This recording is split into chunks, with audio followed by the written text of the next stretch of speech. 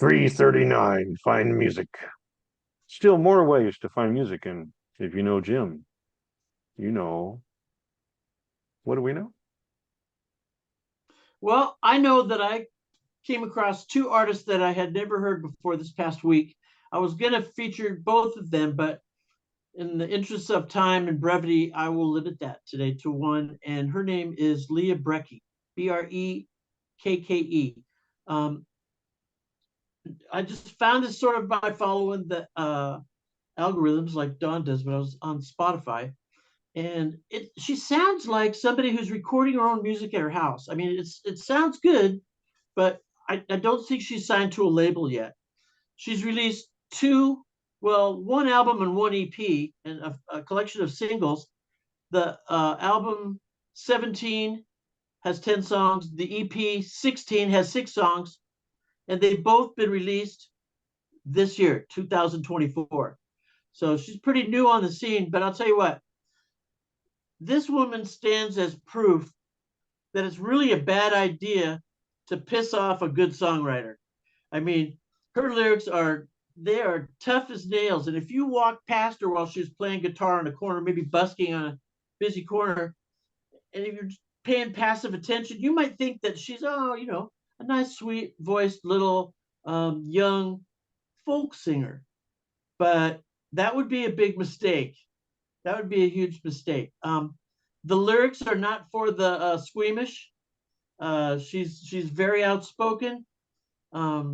She's also very self-critical. I mean, we're talking about somebody who's coping with psychological trauma by making music and writing lyrics. Okay. So far, my favorite songs of hers, there's 5 of them. What Have We Here? And I think the chorus line to that one goes, "You just wanted to fuck me before I got famous," something like that. Alaska really has not a whole lot to do with the state. Nobody Home, well, she admits to not exactly being there herself. Not Me, okay, pretty much another self-explanatory song title. And then Rehab, which is not a cover of Amy Winehouse, although it touches on similar subjects. Yeah. Okay. Hey, you So, should bring up the other act too, man, because these are both female singer-songwriters, right? Okay, I'll do that. I can do that. I'm just Yeah, gonna wing I it think here. it'd be okay. I put links to them on the Find Music website. And the second one, Yeah, her name's Lola Young. And she I is like Lola Young. she has the appearance of being a lot more rebellious than the appearance of LENA BREKKE. You take a look at Leah Young or Lola Young, and you watch her video. There's another example of somebody. If you're going to treat them bad, you better not, because they're going to write about you, you know. And that's how these women get their revenge. And I'll tell you what, she's articulate. She's a interesting performer. She's young. I don't know how old she is, but um, she's younger than we are. Okay. Oh, definitely.